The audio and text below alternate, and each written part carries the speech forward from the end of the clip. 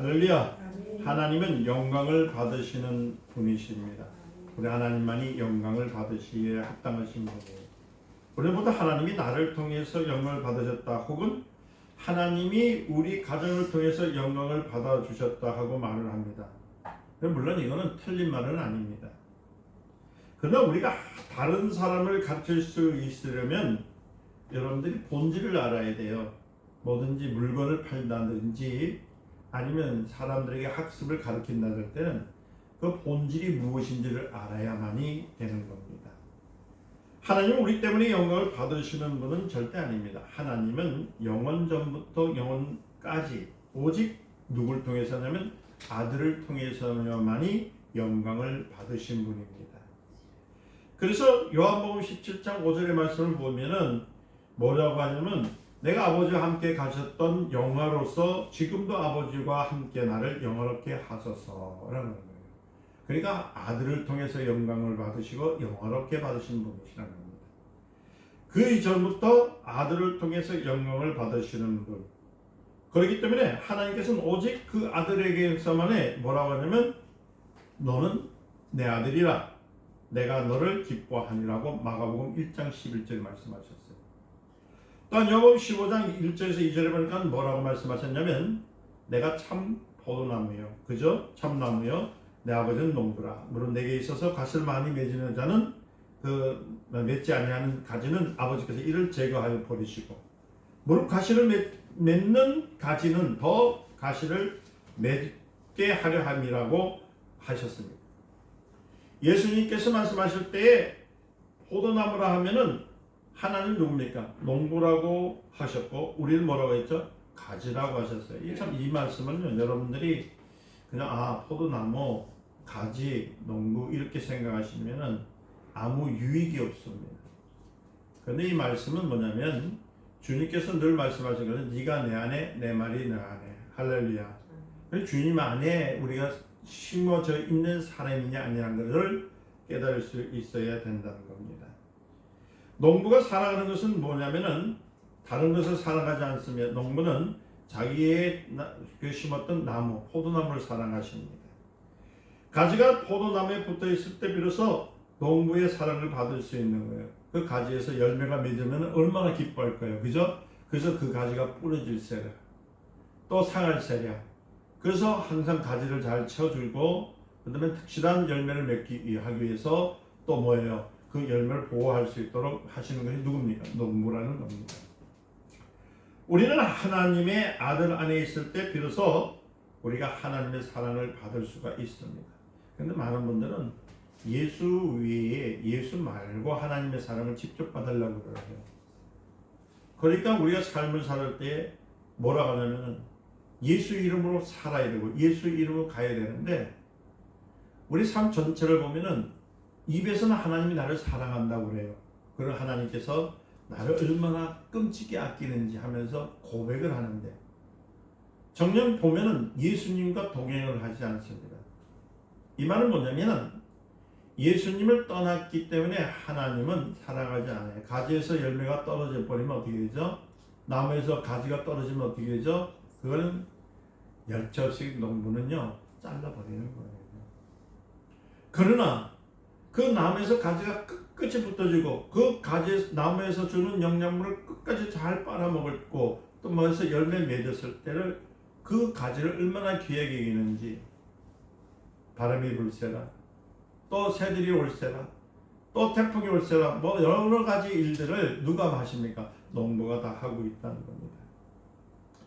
하나님은 사랑하는 아들을 위해서 하늘을 지으셨죠. 여러분들 꼭 아셔야 제가 이건 늘 강조하는 게 뭐냐면 우리 기독교인들이 참 어떻게 보면 자만심 그러니까 스스로가 자기를 높이는 일들을 얼마나 많이 하는지 몰라요. 무슨 일을 하다 보면 이런 얘기를 합니다. 아이고 내가 이렇게 일 안 하고 있으면 하나님이 손해이지. 나를 이 교회에다 보내주신 것은 하나님께서 일을 하려 했는데 내가 일 안 하면 하나님 일할 때 얼마나 답답하실까. 이거 누가 했던 말이죠? 저 서울에 있는 전 무식이 목사가 그랬잖아요. 하나님 혼납니다. 하나님 나한테 혼내보실래요? 이런 말이 왜 나오냐면은 천국을 나를 위해서 지었다 하고 이 세상을 나를 위해서 지었다 하고 나 중심이 되버리고 그 인본주의가 되니까요. 하나님 그런 사람을 사랑하지 않습니다. 기독교인이라고 자칭하면서도 내가 예수를 믿는 사람이요 내가 직분자로 말하면서도 자기 스스로가 망명될 행실을 하고 있으면서 그걸 모르고 있는 것, 그 삶이 얼마나 불쌍한 삶인지 모르겠다는 거예요. 하나님이 천국을 만드셨던 것은 사랑하는 아들을 위해서 지으셨습니다. 그곳에 천사들을 만들어 놓고 아들을 섬기게 하여 주셨던 겁니다. 그러나 하나님의 아들은 거기에 직접 들어가지 않고 자기를 낮추었습니다. 왜 낮췄습니까? 자기가 스스로 인자가 되려고 오셨던 것은 뭐냐면 하나님과 동등됨을 취하게 아니하고 낙고천한 인생들을 이 땅에 오시는 겁니다.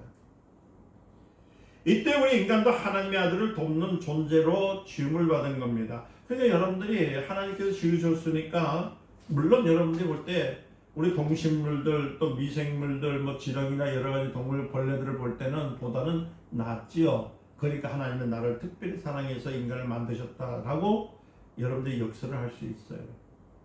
그런데 하나님이 여러분들 지으실 때는 무엇이냐면은 다른 것이 아니라 바로 하나님의 아들이 이 땅에 오시기 위해서 우리 인간을 만드신 거예요. 그래서 하나님께서 우리의 형상과 모양대로 사람을 짓고 할렐루야. 여러분 잘 아셔야 돼요. 신앙생활 참 교만한 사람이 얼마나 많은지 몰라요. 예배를 좀 드립시다 하면은 이런 핑계 저런 핑계 다 대고 예수를 믿으세요 하면은 시간이 없습니다 하고 내가 바빠서요. 내가 힘이 들어서요. 내가 어저께 노동을 많이 해서요. 내가 어저께 과음을 많이 해서요. 예수를 못 믿겠습니다. 이거는 진짜 교만의 극치를 당하는 거예요. 스스로가 한번 교회에 나와가지고 앉아있으면 그것이 하나님 옆에 내가 좀 어떻게 하나님께 싹싹 빌어가지고 여기 한번 앉아봐 해서 억지로 앉아있는 척 하면은 하나님께서 기뻐하실 줄 알고 모여있는 형사간 참으로 가관입니다. 우리 인간은 하나님의 아들을 돕는 존재로 지음을 받았습니다. 그게 첩경이라는 거예요. 여러분들 스스로 교만하지 마세요. 교만한 자는요 하나님께서 들어서지 않습니다. 하나님이 이런 망명되에 일컬이지 말라는 말씀에 강에 들어가 있는 거예요. 하늘에서는 천사들이 하나님의 아들을 돕고 땅에서는 인간들이 하나님의 아들을 돕습니다. 우리가 아들의 일을 도와서 그 일이 성취될 때 하나님께서 비로소 우리를 통해서 영광을 받으시는 거예요. 할렐루야. 그러니까 여러분들이 하나님에게 영광을 돌리는 것은 뭐냐면 예수 그리스도를 믿는 겁니다. 할렐루야. 나의 동력자시요 나의 삶이시는 것. 그리고 예수를 믿는데 왜 교만들 하는지. 아들의 일을 돕지 않는 사람은 열매가 있을까요? 없을까? 없습니다. 열매랄지 그 열매를 보면 안지할 때 그 열매가 무슨 열매일까요? 한간에 성령의 9가지 열매를 맺으니까 뭐 사랑과 희락과 화평과 사랑, 뭐 온유와 절제니 뭐 이렇게 하니까 그렇게 거룩한 모습을 갖고 옆에 있는 사람을 사랑하고 하면 그게 성령의 열매라고 생각을 합니다. 아니에요.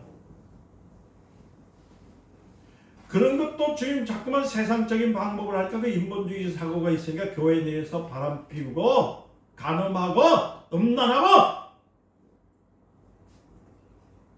서로 사람을 사랑하지 않고 화해하지 않냐고 불법을 취하는 이유가 뭐냐면 성령의 9가지 열매를 인본주의적인 해석을 했기 때문입니다. 성령의 9가지 열매는 그리스도 안에 붙어 있을 때 할렐루야 아멘. 그때 생명을 먹었을 때 들어오는 거예요. 그래서 예수님께서는 내 피를 마셔라, 내 살을 먹으라.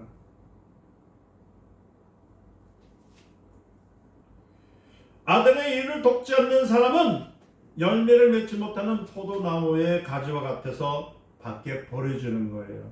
그것을 주님께서 성경에 큰 누누이 말씀하셨어요. 포도나무를 얘기했죠? 그 다음에 뭐래? 가라지를 얘기하셨죠? 그렇죠. 밖에 던져서 불에 태워지고 그 다음에 소금도 얘기했어요. 밟힐 뿐이라고 얘기했어요.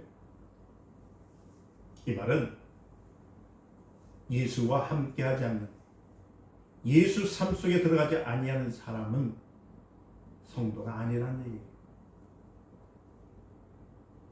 어떤 사람은 내가 돈을 많이 벌어서 하나님께 영광을 받으셨다고 말하지만은 실제로는 그는 그리스도와 무관한 생활입니다. 자기가 노력한 거예요. 예수님께서 너희는 아버지께서 내게 주신 자라고 했습니다. 그러니까 우리는 예수를 믿는다는 것은 뭐냐면 하나님께서 예수님 앞에 우리를 주신 거예요. 우리를 주신 거예요. 아멘. 그러면 너희가 말미암지 않고서는 누가 아버지께로 돌아갈 수 있습니까? 없습니까? 예수님을 통하지 않고서 하나님 앞에 갈 수가 없어요.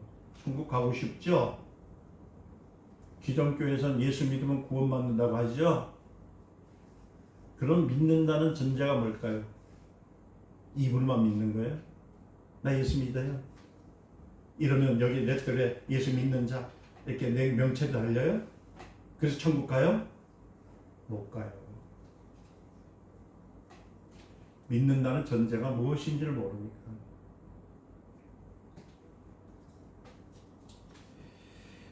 예수님이 그래서 뭐라고 말씀하세요? 나는 문이다라고 그래요. 난 길이요 생명이라고 합니다. 나를 통하지 않고 나를 다른 데로 넘어가는 자는 절도요 강도로 하셨던 이유는 뭐냐면 오직 구원은 예수를 통해서만이 들어갈 수 있고 예수를 통해서만이 영의 생활을 할 수 있다는 것을 우리가 기억해야 되는 거예요. 우리가 아무리 위대한 일을 성취했다 할지라도 예수님을 초월해서는 하나님으로 하여금 영광을 돌릴 수가 없습니다. 그래서 사도행전 4장 12절에는 뭐라고 하냐면 다른 이로서는 구원받은 이름이 없다고, 천의 인간에게 구원 얻을 만한 다른 이름을 우리에게 주신 적이 없다라고 말씀하셨던 내용이 그겁니다. 여러분 수도 없이 들었죠? 많이 외우셨죠? 근데 이 뜻이 무엇인지를 모르니까 그냥 막 믿습니다. 주여 주여 하다가 나중에는 이제 거기에 독이 풍려가지고 주여가 죽여가 돼버렸는데 죽여.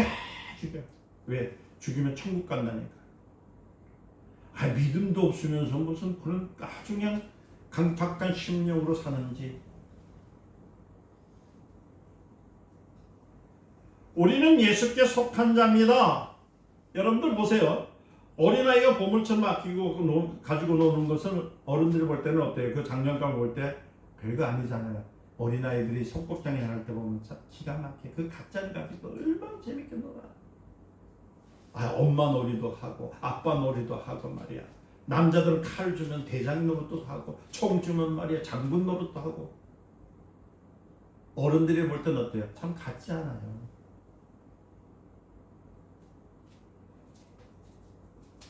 그러나 그 어린아이가 갖고 놀던 물건은요, 그 부모가 하찮다고 해서 막 그냥 갖다 버리지 않습니다. 그 물건을요, 얼마나 소중하게 놔두는지. 이건 우리 딸이 갖고 놀던 거야. 이건 우리 아들이 갖고 놀던 거야.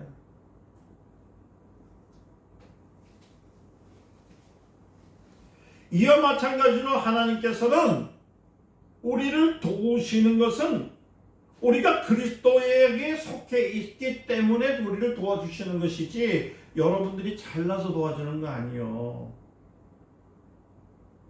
깨놓고 여러분들이 입고 있는 옷 그거 다 벗겨놓으면 빨개서 벗겨놓으면 아무것도 볼품도 없는 거. 관 속에 들어갈 것만 남아있는 거. 그리고 관 속에 들어가서 결국은 흙밖에 되지 않는 그 모습 가지고 하나님 앞에 왜 그렇게 견주는지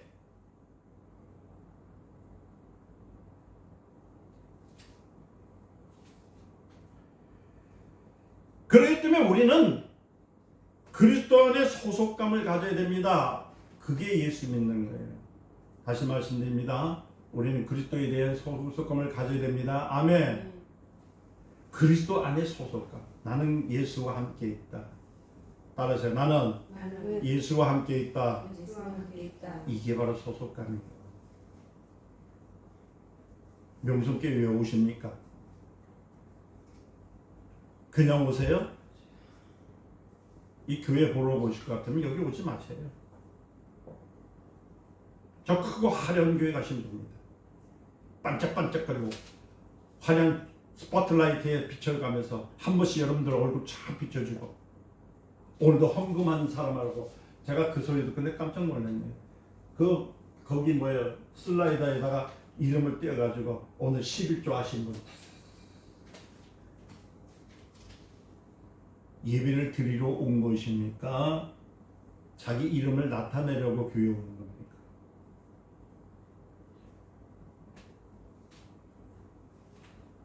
불신자들도요, 죽은 자에게 예배 드릴 때요, 부정 탄다고 정성을 다해요.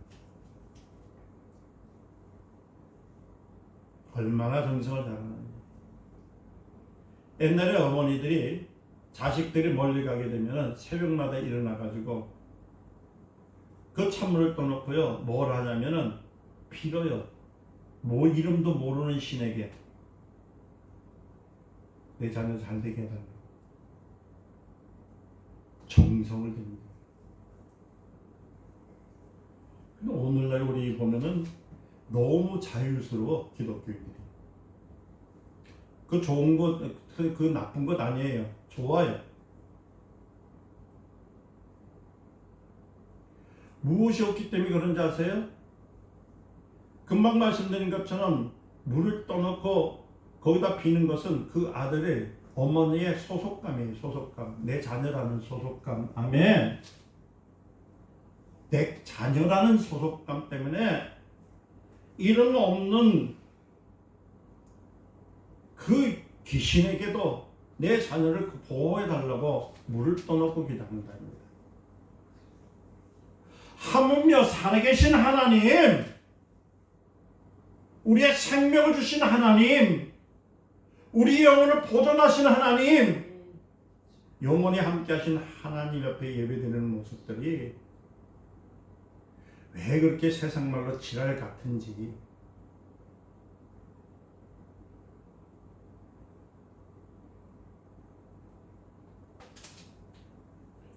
그래놓고 제가 뭐 장로라고요? 권사라고요? 권사가 뭔지 아세요? 권사는 사모님 역할을 하는 거예요. 권사가 그냥 사모가 아니고 자식들을 젖을 먹이는. 그런데 뭐라고요? 우리 교회 안 나오는 권사를 안 줘서 안 나온다고요? 안 주는 게 아니고요, 못 받으시는 거예요, 여러분들이.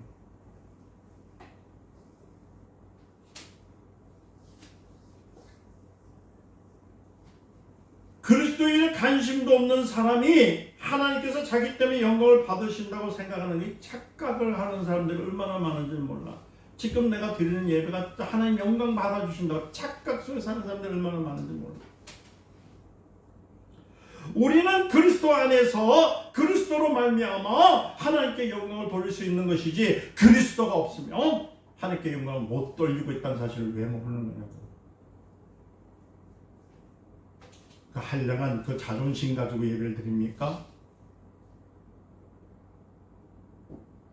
만약에 여러분들이 성이 바뀌는 것, 국적이 바뀌는 것 같으면, 물론 그런 사람들도 목숨을 다합니다. 미국 가려면요, 정말로 여러분 어떻게 해요? 비자 받으려면 어렵습니다. 이 땅에서 사고가 없어야 돼요. 살인사건이라든지 5대 강력범에 걸리지 않아야 되고, 그렇죠?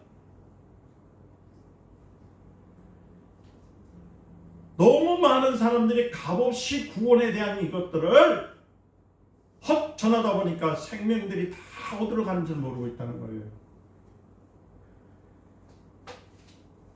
교회는 그리스도의 몸입니다. 크고 작고 넓고 작고가 아니에요. 교회 안에서 소속감이 얼마나 중요한 이유가 바로 여기 있다는 거예요. 여러분들의 소속감, 내가 예수 안에 있다는 사실, 내가 예수 그리스도와 함께라는 그 소속감이 있다면 주님 앞에 들어올 때 겸손히 예배를 드릴 수 있는 마음이 있어야 되는 거예요.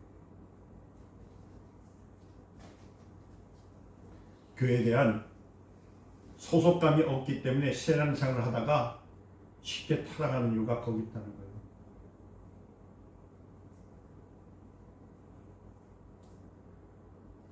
교회가 작으니까 어디 가서 폼 한번 잡으려니 못 잡겠습니까? 그 폼 잡아서 뭐 하시려고요? 그 폼 잡을 때 제가 사진 한번 찍어 드릴까요? 영원히 몸속에 간직하도록.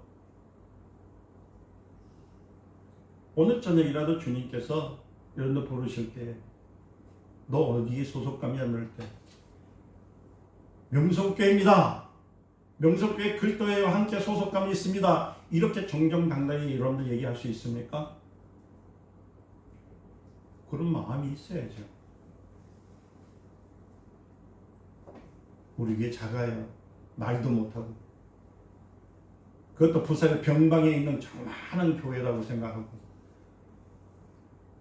앉아서 지금 자기의 자리를 지켜야 될 자들이 그것을 못하는 이유가 뭐냐면 소속감이 없기 때문에. 그 소속감이 없는 사람은 타락합니다.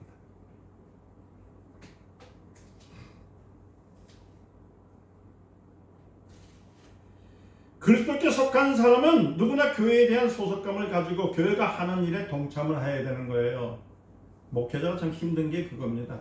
뭘 함께 합시다 하면은 그대로 같이 하면 좋겠는데 제가 여러분들에게 뭐 재산을 달라고 그래요, 생명을 달라고 그래요, 내가 아내를 달래요, 남편을 달래요, 자식을 달래요, 협력하여 예배를 드리자는데 그게 그리 힘들어요.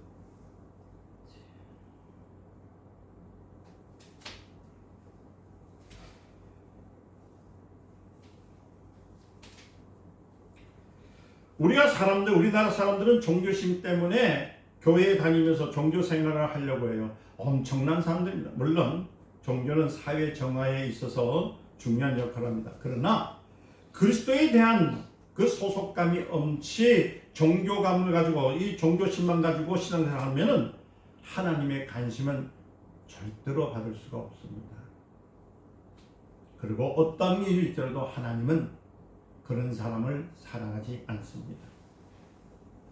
어떤 사람은 하나님께서 천사들을 위하여 하늘을 지었다고 생각합니다. 그러나 하늘도 그리고 그 안에 있는 모든 천사들도 하나님 아들을 위해서 지으신 것입니다. 이와 마찬가지로 인류를 위해서 우주가 존재한 것이 아니라 우주도 그리고 그 안에 있는 인간들도 그리고 꽃들도 새들도 거기에 짐승들도 다 누구요? 그리스도 안에 있는 거예요. 그래서 로마서 8장 9절에 아주 중요한 말씀을 하셨어요. 누구든지 그리스도의 영이 없으면 그리스도의 사람이 아닙니다. 여러분 스스로 생각하셔야 돼요. 내가 그리스도인인지 아닌지. 그리스도인이 아닌 사람이 예배를 드리면 하나님 안 받아주십니다. 참 답답해요, 이 나라. 답답해요, 여러분들. 그리스도 예수 안에 소속감이 없는 사람은 그리스도의 사람이 될 수가 없다고 로마서 8장 9절에 분명히 말씀하시고 있잖아요. 영생이 무엇입니까?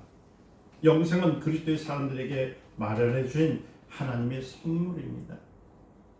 마태복음 1장 1절에 보니까 아브라함과 다윗의 자손 예수 그리스도의 세계라. 그죠? 이렇게 시작을 해요. 예수가 아브라함의 자손임을 강조하는 것은 그가 누구요? 하나님의 약속을 따라 오신 분인 것을 말하고 있는 거예요. 그래서 여러분들 예수를 알아야 여러분들이 구원받은 사람이 될 수 있어요. 그렇기 때문에 오늘 1장 1절부터 16절까지 말씀을 제가 택하여 여러분들에게 전하고 있는 겁니다. 잘 들으시면 여러분들이 신앙에 한 걸음 더 진보할 수 있다는 사실을 믿으시기를 축원드립니다. 창세기 3장 15절을 말씀하면 내가 너로 여자의 원수가 되게 하고 너의 후손도 저 여자의 후손과 원수가 되게 하니 여자의 후손은 내 머리를 상하게 할 것이요 너는 발꿈치에 상하게 했잖아요. 이는 여자의 후손이 무엇 때문에 오셨냐면 마귀를 진멸할 것이라는 예언이 창세기 3장 15절에 나타난 겁니다. 이와 같이 하나님은 우리를 버리지 않습니다. 아담이 죄를 졌다고 해서 그를 내치거나 그의 생명을 없애는 것이 아니라 구원의 약속을 주신다는 거예요.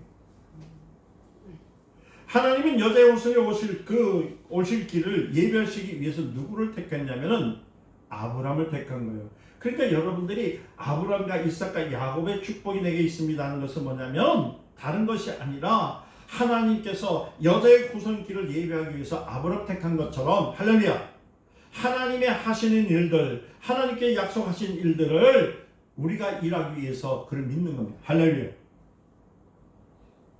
창세기 18장 10절에 보니까 뭐라고 했습니까? 기한이 이를 때에 내가 정녕 내게 도로리라. 보라, 내 아내 사라에게 아들이 있으라고 말씀했잖아요. 이때부터 뭐가 있냐면 아브라함은 하나님의 때를 기다리기 시작한 거예요.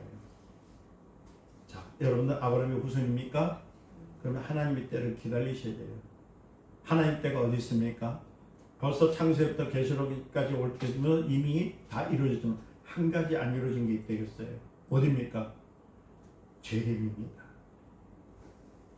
여러분 재림을 기다리십니까? 재림을 기다리는 신앙은 그리스도의 영이 있는 사람만 하는 거예요. 그게 없기 때문에 세상 연락에 즐겁게 지나고 자기를 높이기를 하려고 자기 이름을 세상의 모든 곳에다 퍼뜨리려고 하는 그런 일들을 이루기 시작하는 거예요. 요한복음 8장 56절에 보니까 이에 대해서 예수님께서 너희 조상 아브라함은 나의 때 볼 것을 즐거워하다가 보고 기뻐하였느라 말씀하셨어요.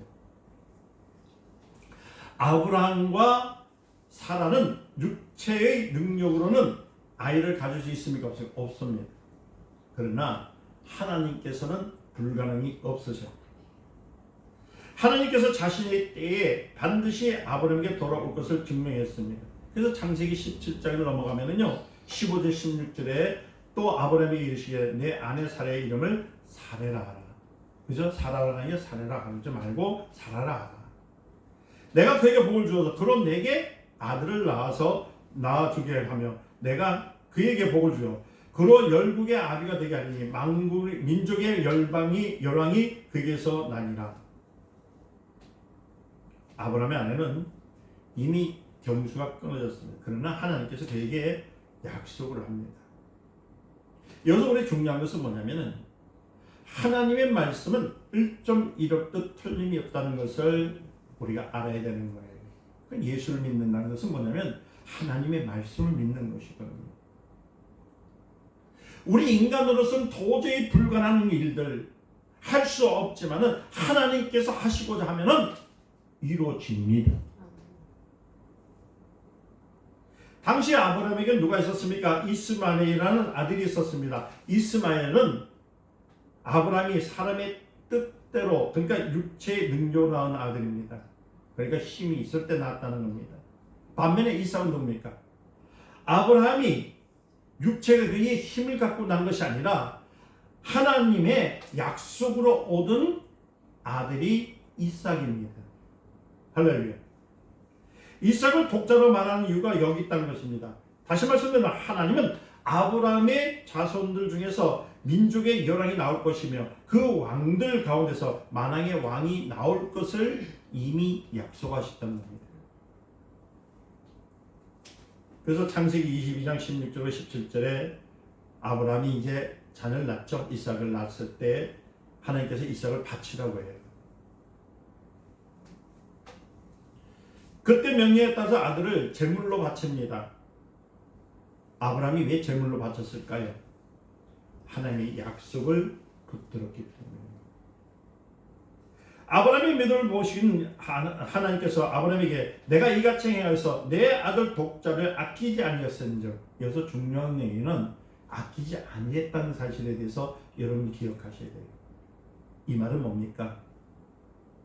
세상에 어떤 것이 어떤 일이 풍파가 일어나도 어떻게 뒤집질지라도 어려움이 환란이 있다 할지라도 하나님 말씀을 붙들었다는 게 하나님의 약속을 붙든 자였다는 것. 내가 내 큰 복을 주고 내 씨로 크게 성하여 하늘의 별과 같고 바다의 모래 같게 하니 내 씨가 그 대적의 문을 얻으리라. 할렐루야. 그래서 인류의 구원의 시작은 아브라함부터 시작해요.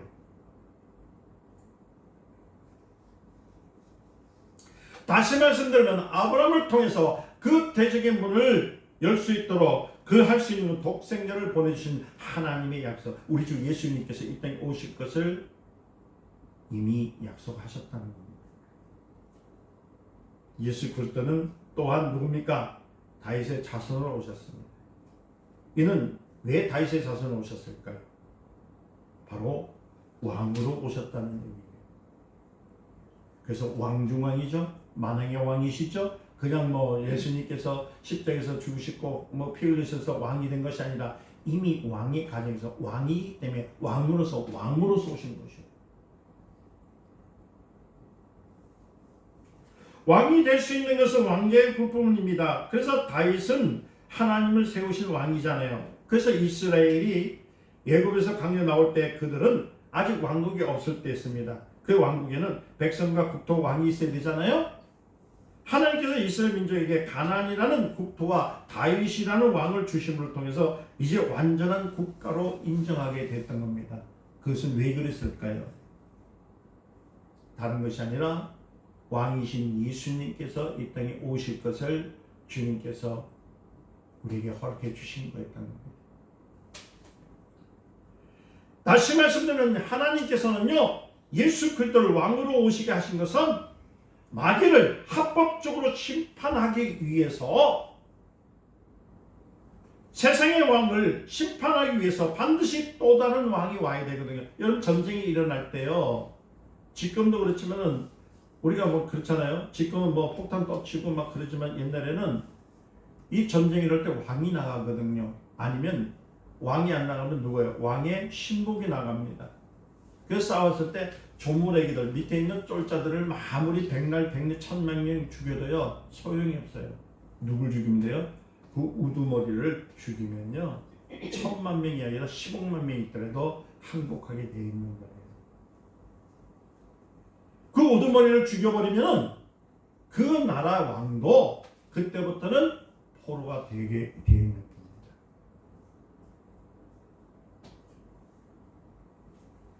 그러니까 왕이신 예수님께서 이 땅에 오신 이유는 공의로, 합법적으로 누굴요? 공중 권세를 잡은 이 사망의 권세자, 마귀의 세상의 왕을 진멸시키기 위해서는 누가 필요합니까? 하나님이 아들, 왕이신 하나님의 아들이 이 땅에 오셔야 되는 거예요. 그래서 다윗의 그 왕가를 통해서 예수님이 나기 시작한 겁니다. 이것은 합법적으로 누구를요? 마귀를 멸하게 했던 겁니다. 그래서 마태복음 1장에서 아브라함부터 마리아의 남편 요셉까지 이런 족보가 기록되어 있잖아요. 여기서 12절을 보면은 바벨론에 이거하는 후라는 말의 구절이 나옵니다. 그죠? 바벨론에 이거하는 전에 누구가 예루살렘에 왕이 존재했습니까? 안 했습니까? 있었습니다. 그죠? 그러나 그 후에 왕의 명맥은 완전히 끊어졌습니다. 그렇다고 해서 왕의 자손들까지 끊어진 건 아니에요. 그래서 마태복음 1장 16절을 보니까 야곱은 마리아의 남편 요셉을 낳았으니 마리아에게서 누구요? 그리스도라는 칭하는 예수가 나시니라. 그러니까 예수께서는 왕의 자손인 누구의 가정? 요셉의 집안에서 태어나신 겁니다. 그러나 왕의 혈통과는 관계가 있는 분입니까? 없습니다.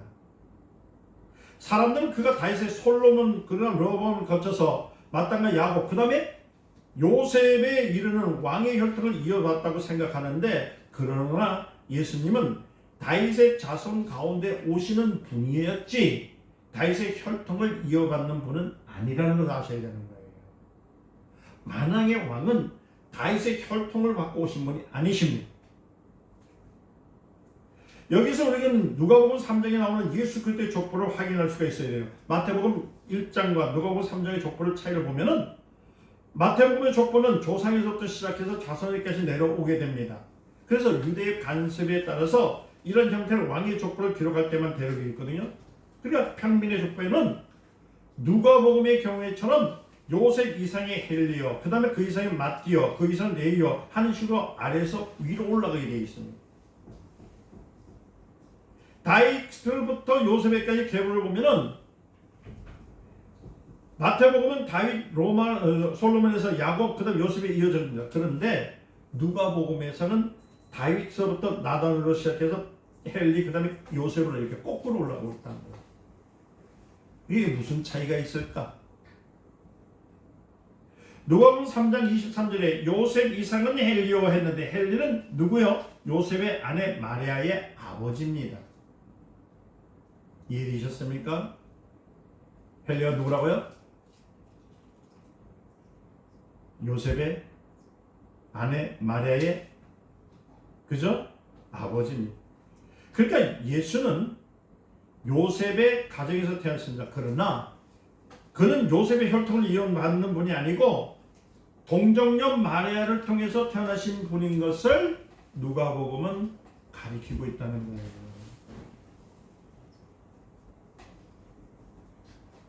여자는 바꿔갔죠. 여름 날씨 있다시피 우리가 남자는 씨와 같다고 그래요. 그죠? 밭에 무슨 씨를 심든지 낫잖아요. 콩 심으면 콩 낳고 팥 심으면 팥 낳고. 어떤 여자는 3번 출가해가지고 아들 낳는데 김씨, 박씨, 이씨 애를 낳았어요. 이와 같이 여자는 생물학적 유전은 있어도 유전적 유전은 없습니다. 이해되셨습니까? 그렇기 때문에 동정녀 마리아에서 나신 예수는 혈통과는 상관이 있을까 없습니까? 전혀 없음을 누가복음 3장에는 우리에게 보여주고 있는 겁니다. 그래서 마태복음 22장 41절 46절에 다윗의 집에서 태어나신 분이 다윗의 주가 될 수 있는 것도 바로 이런 이유가 되는 거예요. 왜 다윗이 예수를 볼 때 주님이라고 하셨냐면 자기 혈통을 낳은 것이 아니고 누구요? 여자의 혈통을 낳은 것. 아멘. 창세기 3장 15절에 했던 주님의 약속을 이루시기 위해서 오신 분이라는 것을 보여주었던 겁니다. 만약에 그가 다윗의 자손으로부터 혈통을 받았다면 그는 다윗 이후에 존재했던 수많은 왕들 가운데 하나에 불과했던 겁니다. 그러나 누가복음은 혈통과는 상관없이 여자의 후손으로 오신 예수의 계보를 보여줬던 거예요. 그 거꾸로 했던 이유가 거기 있던 겁니다. 그래서 사무엘하 7장 12절 16절에 나단의 계보를 따라오신 예수는 수많은 왕들 가운데 하나가 아니고 다윗의 왕위를 직접 계승한 유일한 영원하신 왕, 할렐루야, 영원하신 왕, 만왕의 왕, 그분이 예수님이라는 거예요. 그런데 어떤 사람은 또 얘기를 합니다. 여자의 후손이라는 것이 과연 존재할 수 있는가? 그들은 이렇게 말합니다. 처녀가 어떻게 아이를 낳을 수 있는가 묻습니다. 이것을 이해하기 위해서는 무엇을 봐야 되냐면 부활하신 예수님의 모습을 봐야 돼요. 부활하셨던 예수님께서 문을 잠겼을 때 문을 열고 들어오셨습니까? 문을 뚫고 들어오셨습니까? 문을 뚫고 들어오셨잖아요. 제자들이 다 놀라서 보고서 놀랐습니다. 엄청 놀랐습니다. 아니 이런 일이 어떻게 일어나느냐. 그때 주님께서 내 손과 발을 보고 나인 줄 알고 또 나를 만져보라. 그러나 영은 살과 뼈가 없으되 너희가 보는 바와 같이 나는 있느니라. 누가복음 24장 3절에 말씀하신 것처럼 예수님은 살과 뼈가 있는 몸을 가지고 있으면서도 문이 잠겨있는 방에 들어오신 것은 뭐예요? 바로 동정녀 마리아에게 몸의 인테리어에서 나오신 것을 가르쳐 주신 겁니다. 이런 데도 안 놀라네. 여태까지 너무 엉터리를 들었으니까 너무나 세상 것을 듣다 보니까 그냥 여자 몸에서 나한테 인카네이션이니까 교회에서 말하기를 예수님은 여자의 몸에서 났대. 마리아에서 났대. 요 정도만 아는 거예요. 왜 나왔는지 역사적으로 성경에서 나타난 말씀을 증명도 하나도 해주지 않으니까 이렇게 나오는 거예요.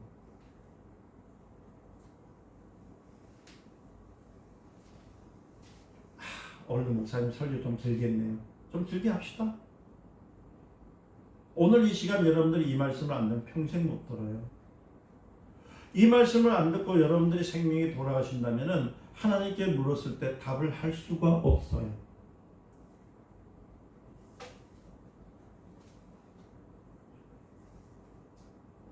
예배는 여러분들 위주로 하는 것이 예배가 아닙니다. 예배는 하나님으로부터 그 영광을 올려드리기 위해서 우리가 하는 최선의 방법이 예배입니다. 시간에 경력치 마시기를, 시간에 쫓기지 마시기를,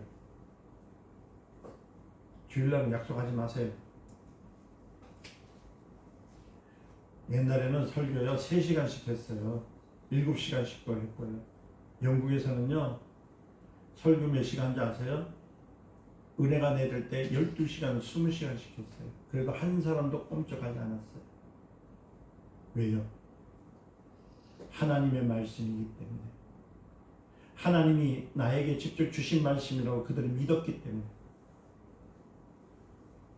오늘날 현대의 지금 우리 대한민국의 교회는 15분 설교, 20분 설교에 은혜 받았다고요. 뭘 가지고요? 꼭 마침표를 찍듯이 믿습니까? 아멘 하면 믿었대요. 뭘 믿었어요? 그럼 천국 있습니까? 아멘. 천국 가나요? 하건컨대 성경에는 하나님의 영이 없으면, 그리스도의 영이 없으면 천국 못 갑니다.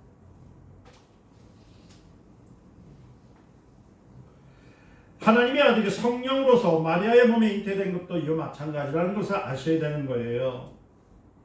그러니까 동정녀 마리아에게서 태어나신 분은 어디서 오신 분입니까? 하늘에서 오신 것이라는, 그분이라는 것을 누가복음에서 지금 얘기하고 있는 거거든요.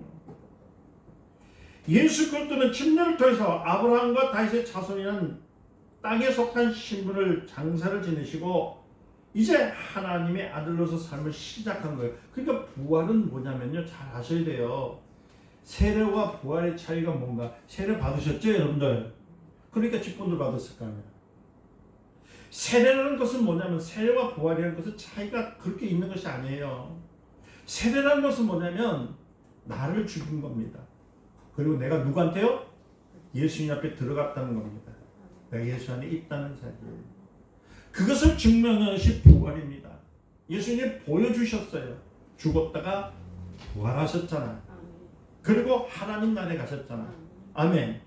그러니까 세례를 받은 여러분들이 예수 안에서 하나님의 영을 갖고 있다면, 진정과 신령으로 증명한 그 사랑을 갖고 있다면 여러분도 죽어서 부활하신 거예요. 아멘. 이젠 여러분 부활만 기다리는 거예요. 이제 여러분들 죽었다 할지라도 그 죽음은 죽음이 아니에요. 이미 예수님께서 다 허락해 주셨거든요. 그리고 우리가 바랄 것은 뭐예요? 천국입니다. 여러분들 여행 좋아하시죠? 여행들 잘 가잖아요. 많은 사람들이 여행 갈 때 뭘 합니까? 먼저 그 나라에 또 그곳에 장소를 잘 보잖아요. 아, 오늘 여기 가고 싶어. 이곳에 한번, 요번 여행은 여기 가겠지 하는 것은 잘하는데, 내 영혼이 영원히 살 수 있는 하나님의 나라에 대해서 여러분들 관심이 얼마만큼 있냐는 거예요. 제가 볼 때는 관심 1도 없어요. 그러니까 자기 마음대로 신앙생활하지.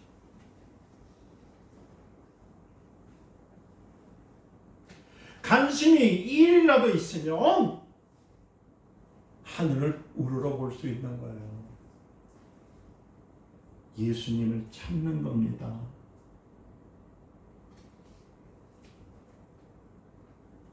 베드로가 말했습니다. 주는 그리스도시요 살아계신 하나님의 아들이십니다. 이 고백이 그냥 고백이 아니라는 거예요.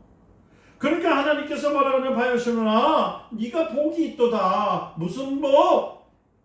영혼의 복이, 천국 가는 복이 있다는 거야.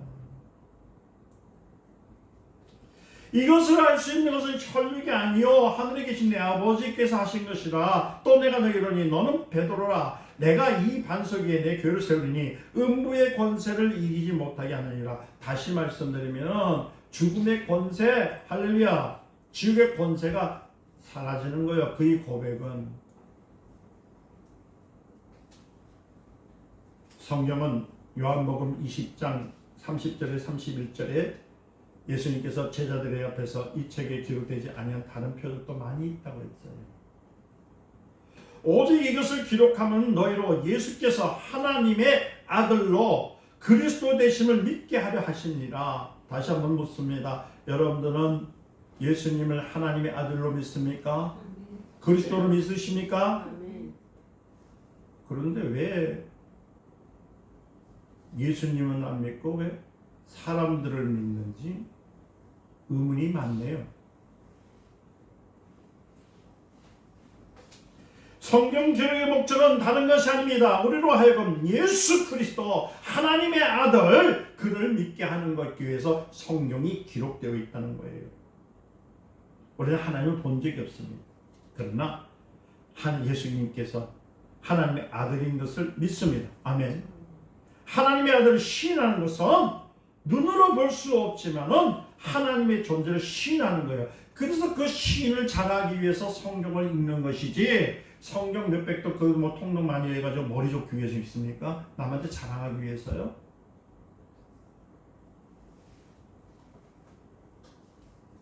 우리는 지금 하나님의 아들을 하나님의 아들로 추대하고자 하는 것이 아니에요. 우리는 성령으로 말미암아 예수님이 하나님의 아들인 것을 믿는 겁니다. 그래서 진리를 알진 진리가 너희를 자유케 하리라. 할렐루야. 예수는 여자의 몸에서 나신 하나님의 아들입니다. 그가 만약 예수 후손에서 태어나지 않고 요셉의 혈통으로 태어났다면 그는 정욕, 육신에 의해서 태어날 뿐 하나님의 아들이 안 됩니다. 그러니까 성인 중에 한 분이라고 하면 안 돼요. 뭐 석가하고 같이 맘먹기 하고 맹자하고 공자하고 뭐 쏙가라데서 하고 사대 성인이라고요? 어디서 말 같은 소리를 해야지. 피조물이요. 그들은 하나님 아들 예수 그리스도는 하나님이십니다. 어떤 사람들은 말입니다. 저는 그런 거 잘 몰라도 아무튼 교회 열심히 다니니까 나 천국 갑니다. 그러나 교회 열심히 다니면 생명을 보장받을 수 없습니다. 만일 교회가 없어지는 날이 온다면 그때 어떻게 될까요? 이제 없어지는 날이 와요. 온다고요. 나중에 주님께서 너는 뭘 믿었냐고, 넌 뭘 믿고 왔느냐 물어보신다면 저는 원래 교회에 다녔는데 나중에 교회가 없어져서 못 다닙니다. 이렇게 말씀하실 거예요. 설사 교회가 없어진다 할지라도 우리는 이렇게 고백할 줄 알아야 돼요. 주는 그리스도시요 살아계신 하나님의 아들이십니다.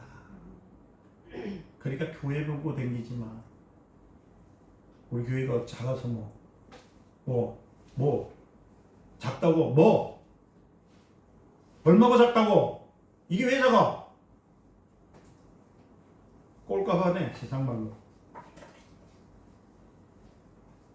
이게 작아요?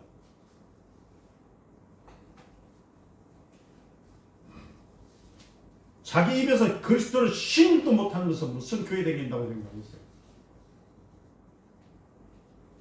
우리는 예수가 하나님의 아들이심을 신한 마음으로 세례를 받았어요. 아멘. 그리고 하나님의 자녀가 되었다는 것을 우리 인정받았다는 겁니다. 아브라함과 다윗의 자손으로서 신분은 장사 지냈던 것처럼 우리는 세례를 통해서 아담의 후손이라는 신분을 장사 지낸 겁니다.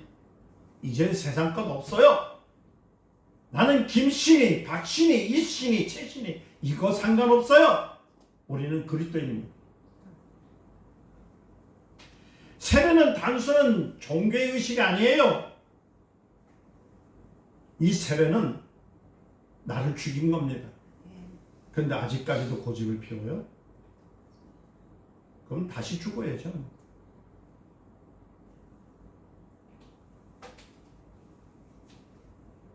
세례를 통해서 옛사람을 장사 지내는 사람은 더 이상 죄인이 아닙니다. 그때부터는 하나님께서 사랑하시는 자녀입니다. 할렐루야. 네, 외지입니다. 우리가 예수를 아브라함과 다윗의 자손을 말하는 것은 그가 신화 속의 인물이 아니라 역사 속에 오셨던 역사 속에 오셨던 분이라는 것을 우리 인정함을 동시에 그를 영적으로 눈으로 볼 수 있는 눈이 있어야 되는 거예요. 그래서 제가 그랬잖아요. 오늘 아까 전에 찬양할 때 여러분들이 찬양을 부르는 순간만이 진실로 찬양을 드리는 그 시간만이 영의 시간입니다. 그러면 우리 조금 더 생각해 볼까요? 여러분들이 매 순간순간마다 시간뿐만 아니라 잘 때로 할지라도 주님의 이름을 부를 수 있는 사람만이 영의 사람이요. 그러니까 말씀드리면은 여러분들은 눈을 감든지 뜨든지 무슨 일을 하든가 예수 사람이 되어야 된다는 거예요. 관심을 어디다 갖고 있어요? 썩어 없어질 건물에 갖고 있습니까? 아니, 썩어 없어질 육신에 관심을 갖고 있습니까? 그거는 허상입니다. 시편 110편 1절에 보니까 예수께서 내 주에게서 말씀하시는 내가 내 온수로 내 발등상에 되게 하리니 너는 내 우편에 앉아 있으라. 그러니까 예수 그리스도는 왕의 지분을 통해서 오신 왕입니다. 할렐루야. 아멘. 오늘 교회에는 종교 생활하는 사람들이 많습니다. 그러나 진정으로 구원받은 사람은 많지 않다는 것을 여러분 생각해야 돼요. 교회에 등록했다고 해서 구원받는 것은 아닙니다. 너희는 나를 누구로 하느냐? 이 질문에 여러분들 주는 그리스도시요 살아계신 하나님의 아들입니다. 할렐루야. 이런 사람만이 복 있는 사람이요 하나님의 보호하실 받는 사람이요 하나님의 사랑을 받는 사람인 것을 믿으시고 여러분들 다시 한번 얘기합니다. 만약 어떤 사람이 말세에 여러분 순교자가 나오죠. 내가 이 얘기까지는 말씀하고 마칠게요. 어떤 사람이 너 교회 다닐래 안 다닐래 하는 질문에 나 다니겠습니다 라고 대답했다가 목뱀을 받았다면 이는 온전한 순교라고 볼 수가 없습니다. 그는 교회 다니는 사람이 죽은 거예요. 이해되셨습니까? 근데 너는 예수를 누구라고 하느냐 하는 질문에 예수는 하나님의 아들이십니다 라고 말했을 때 그때 목을 베이면은 진정한 순교입니다. 믿으세요? 그래서 계시록 20장 4절에 예수를 증거하다가 목뱀을 받은 자들의 영혼이 첫째 부활에 참여하느니라. 저는 오늘도 제 생명을 놓고 지금 말씀을 증거한 거예요.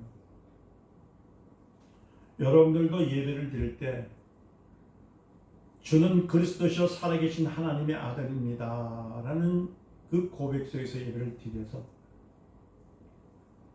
죽어도 우리 주님을 배반하는 사람이 되지 않도록 믿음의 각오를 더하시기를 예수님으로 축원드립니다. 기도하겠습니다. 주님은 이 땅에 오시는 왕이십니다. 만왕의 왕이십니다. 하나님의 아들이십니다. 오늘 말씀하신 것처럼 주여 우리는 주님의 계보 속에 사는 사람입니다. 우리 입술에는 주는 그리스도시요 살아계신 하나님의 아들입니다 라는 고백 속에서 주님과 동행하는 귀한 생명들이 되게 하옵소서. 예수님의 이름으로 기도드립니다.